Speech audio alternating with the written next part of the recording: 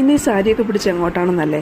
നമ്മളിന്നൊരു സ്ഥലം വരെ പോവാണേ. കൂട്ടത്തിൽ നിങ്ങളെ കൂടെ കൊണ്ടുപോകാമെന്ന് വിചാരിച്ചു. ഏകദേശം 500 വർഷത്തിന് മുകളിൽ പഴക്കമുള്ള ഒരു ദേവീക്ഷേത്രമാണിത്. നിങ്ങൾക്ക് മനസ്സിലായത് നമ്മുടെ മുല്ലക്കലമ്പലമാണേ. എപ്പോഴും ചെറുപ്പിനോടനുബന്ധിച്ച് പ്രസിദ്ധമായിരിക്കുന്നത്.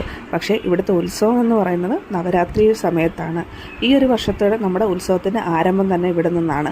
മുല്ലക്കല് അമ്പലത്തിൽ ഉത്സവം കഴിഞ്ഞ് പിന്നെ നമുക്ക് 10ാം ദേവി, അതായത് ഏപ്രിൽ മാസത്തോടാണ് നമ്മുടെ ഉത്സവങ്ങളെല്ലാം അവസാനിക്കുന്നത്.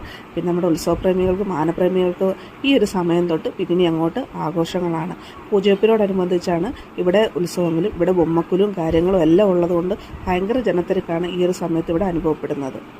എല്ലാ വർഷവും മുടങ്ങാതെ തന്നെ നമ്മൾ ഈ സമയത്ത് ഇവിടെ വന്ന് തൊഴുന്നത് പതിവാണ്. കാരണം ഇവിടുത്തെ ബൊമ്മയ്ക്കൊലും കാര്യങ്ങളും എല്ലാം കാണാൻ ഭയങ്കര ഭംഗിയാണ്. നമ്മുടെ ഇവിടെ വേറൊരു അമ്പലങ്ങളിലൊന്നും ബൊമ്മയ്ക്കൊലും ഒന്നും ഒരുക്കി ഞാൻ കണ്ടിട്ടില്ല. അതുകൊണ്ട് തന്നെ ഇതൊക്കെ കാണാൻ തന്നെ ഭക്തജനങ്ങളുടെ തിരക്ക് കൂടുതലാണ്. അമ്പലം ഉത്സവത്തിനോടനുബന്ധിച്ച് തന്നെയാണ് വളരെ ഭംഗിയായിട്ട് ഒത്തിരി ലൈറ്റിങ്സൊക്കെ ചെയ്ത് നല്ല അടിപൊളിയായിട്ട് അണിയിച്ചൊരുക്കിയിട്ടുണ്ട്. മുല്ലക്കലെ ചെറുപ്പ് മഹോത്സവമാണ് എല്ലാവരും ആഘോഷിക്കുന്നതെങ്കിലും ദേവിയുടെ ഉത്സവമായി കണക്കാക്കുന്നത് നവരാത്രി സമയത്തെ ഈ ഒരു ഉത്സവത്തെയാണ്. ഉത്സവപ്പറമ്പിൽ എത്തിക്കഴിഞ്ഞാൽ ഈ കടകളെല്ലാം കയറി ഇറങ്ങാതെ എങ്ങനെ വീട്ടിൽ പോകും? ഇങ്ങനെ അമ്പലങ്ങളിലൊക്കെ പോകുന്ന സമയത്താണ് ഞാൻ സാരി എടുക്കാറുള്ളത്. നിങ്ങൾക്ക് ഈ സാരി ഡ്രൈപ്പിംഗ് ഇഷ്ടമായിട്ടുണ്ടെന്നുണ്ടെങ്കിൽ സെൽഫായിട്ട് എങ്ങനെ സാരി എടുക്കുക എന്നുള്ളതിന് ട്യൂട്ടോറിയൽ വേണമെന്നുണ്ടെങ്കിൽ ഒന്ന് കമൻറ്റ് ചെയ്താൽ വളരെ സിമ്പിളായിട്ട് സാരി എങ്ങനെ ഡ്രൈപ്പ് ചെയ്യുക എന്നുള്ളത് ഞാനൊരു വീഡിയോ ആയിട്ട് തന്നെ ചെയ്യാമേ. പിന്നെ നമ്മൾ നമ്മുടെ സാരഥിയുടെ അടുത്ത് നീങ്ങി സാരഥിയുടെ അടുത്ത് വീട്ടിൽ പോന്നിട്ടുണ്ടേ. അപ്പോൾ അത്രയേ ഉള്ളൂ. Okay, by.